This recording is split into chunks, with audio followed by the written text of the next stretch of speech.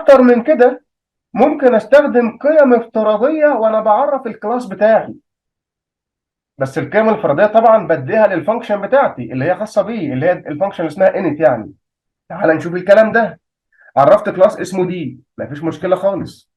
تحتيه عرفت فانكشن اسمها init. يبقى انا خلاص عارف ان انا عندي انستنس فاريبل، معناها ان التغيير اللي هيتم على اي متغير داخل الاوبجكت مش هيسمع فيه النسخ الثانيه او الاوبجكتس الثانيه، وبالتالي مش هيسمع فيه الكلاس بتاعي. المهم، اديتها الاداه اللي اسمها سيل، واديتها المتغيرين بتوعي اللي هم بي 2 وبي 3، بس عرفت بي 2 وبي 3 بقيم افتراضيه زي ما خدنا قبل كده.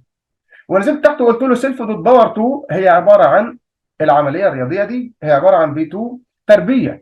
ده خد بالك، ده ينفع اخلي العمليه الرياضيه دي عمليه معقده جدا، بس انا عايز دي بس دلوقتي. وسيلف دوت باور 3 هي عباره عن بي 3 تكعيب. حلو.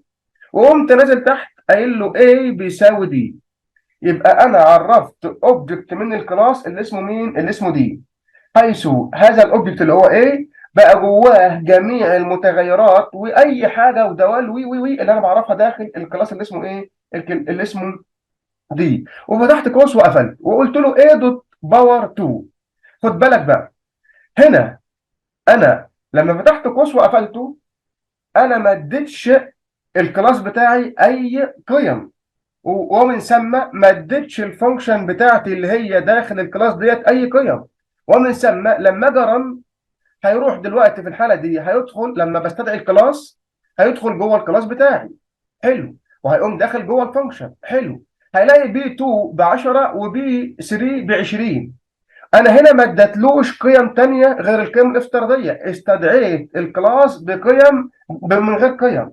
وبالتالي لما اجي اعوض او لما اجي ارن العمليه الرياضيه ديت اقول له A دوت باور 2، هيقوم رايح شايل باور 2 حاطط بي 2 اس 2. طب بي 2 بكام؟ هو هياخد القيم الافتراضيه اللي عندي. يبقى اهو دخل جوه الكلاس لقى بي 2 ب 10 وبي 2 ب 20، فهسيبهم زي ما هم. ليه؟ لان انا استدعيت الكلاس او الداله اللي جوه الكلاس من غير قيم ثانيه، وبالتالي هياخد القيم الافتراضيه. ولما اقول له بي 2 هيشيل بي 2 ويحط مكانها 10 يبقى 10 تربيع. ولما اقول له بي 3 هشيل بي 3 ويحط مكانها 20 يبقى 20 تكعيب. وفي الحاله دي لما اقول له A دوت باور 2 هيروح للمتغير اللي اسمه باور 2، هلاقي قيمته بي 2 اس تربيع. طب بي 2 بكام؟ 10 يبقى 10 تربيع ب 100. ولما انزل تحت بقول له A دوت باور 3. طب المتغير باور 3 جواه كام؟ جواه بي 3 اس 3. ولما هيشيل بي 3 ويحط مكانها كام؟ 20 يبقى 20 تكعيب. وفي الحاله ديت هتبقى 10 تربيع اللي هي 100 و20 تكعيب اللي هي 8000. وبالتالي لما اقول له رن هيديني كام؟ هيديني 100 و8000 زي ما احنا شايفين قدامنا كده في الكونسول. طيب، انا ينفع برضو اديله قيم افتراضيه وانا بعرف الداله بتاعتي، ولما استدعي الداله اروح اديها قيم تانية غير القيم الافتراضيه اللي انا عرفتها وانا بعرف الكلاس بتاعي. اهو عرفت كلاس اسمه دي زي اللي فوق بالظبط، وتحتيه عرفت الفانكشن اللي اسمها init، واديتها برضو المتغيرين تانيين غير السيلف. المتغير اسمه بي 2 وقيمته ب 10 وبي 3 وقيمته ب 100، نفس اللي فات بالظبط. يبقى الفانكشن خدت متغيرين والمتغيرين دول لهم قيم افتراضيه. ونزلت تحت وقلت له سيلف دوت باور 2. المتغير باور 2 ده قيمته ببي 2 تربيع. وسيلف دوت باور 3 المتغير باور 3 قيمته هي عباره عن بي 3 تكعيب. طبعا اهو نزلت تحت خدت ايه؟ عرفت اوبجكت او نسخه من الكلاس اللي اسمه دي. الكلاس الاوبجكت ده اسمه ايه؟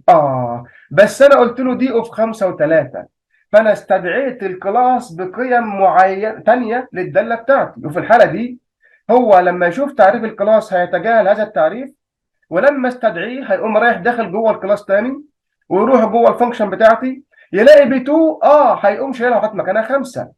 يلاقي بي 3 يقوم شايلها وحاطط مكانها كام؟ ويقوم شايلها وحاطط مكانها 100. وفي الحاله دي لما اجي اقول له A دوت باور 2 هيروح للمتغير اللي اسمه باور 2 هيلاقيه بي 2 تربيع. هيشيل بي 2 ويحط مكانها 5 يبقى 5 تربيع ب 25. ولما انزل اقول له A دوت باور 3 هيقوم شايل باور 3 وحاطط مكانها بي 3 وحاطط مكانها 3. يقوم قايل لي 3 اس 3 هيديني 27. وفي الحاله دي لما اقول له رن هيديني كام؟ هيديني 25 و27 زي ما احنا شايفين بالشكل الايه؟ بالشكل اللي هو قدامنا ده. ده كمان ممكن نعمل زي قبل كده اللي هو ايه برضو اللي قبل كده، ما احنا في حاجات خدناها قبل كده كتير اهو. انا قلت له ايه؟ قلت له كلاس دي، وعرفت كلاس اسمه دي، وعرفت تحته الفانكشن، وبرضو بتاخد متغيرين غير السيل، والمتغير الاول اسمه بي 2 بياخد 10، والمتغير الثاني اسمه بي 3 وبياخد القيمه الافتراضيه اللي هي 100. وعملت نفس الايه، عرفت المتغير باور 2 عن طريق الامر سيل وبيساوي برضو بي 2 تربيع، والمتغير باور 3 وبيساوي بي 3 تكعيب. حلو جدا. وقمت معرف اوبجكت من الكلاس اللي اسمه دي، بس جوه قمت مديله مين بقى؟ بي 2 بيساوي 5 وبي 3 بيساوي 3، هي اللي فوق، ما عملناش اي تغيير. صح؟ فهو عارف ان البي 2 بيساوي 5، فلما استدعي الكلاس هيدخل جواه، ويدخل جوه الفانكشن يشيل بي 2 ويحط مكانها 5، ويشيل بي 3 ويحط مكانها 3. وبالتالي لما اقول له ايه دوت باور 2، هيروح للمتغير اللي هو باور 2 ويلاقيها بي 2، يشيل بي 2 ويحط مكانها 5، يبقى 5 ب 25. وينزل تحت اقول له ايه دوت باور 3، هشيل المتغير باور 3 ويحط مكانه مين؟ بي 3 اس 3، بي 3 قيمتها ب 3. وفي الحاله ديت لما اقول له ران هيديني نفس الايه، نفس النتيجه اللي فاتت، نفس النتيجه اللي فاتت. هنا كنت بقول لك فقط ميزه الحاله دي هي ايه؟ كنا قلنا قبل كده ميزه اننا نعمل كده هي اننا نقدر نغير في ترتيب المتغيرات زي ما احنا عايزين. مش لازم وانا بستدعي الداله اديه المتغيرات بنفس الترتيب. ليه؟ لان انا في تعريف الداله اديته بي 2 الاول وبي 3 بعد كده. لكن الميزه هنا ان انا ممكن احط بي 3 الاول واحط بي 2 بعديها. ازاي؟ تعال نشوف المثال اللي تحت.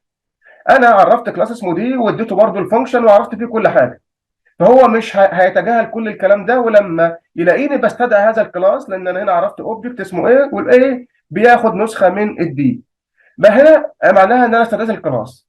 انا استدعيت الكلاس بي 3 الاول وقيمتها بثلاثه، وبي 2 الثاني وقيمتها بيساوي 5. يبقى ده الميزه بقى.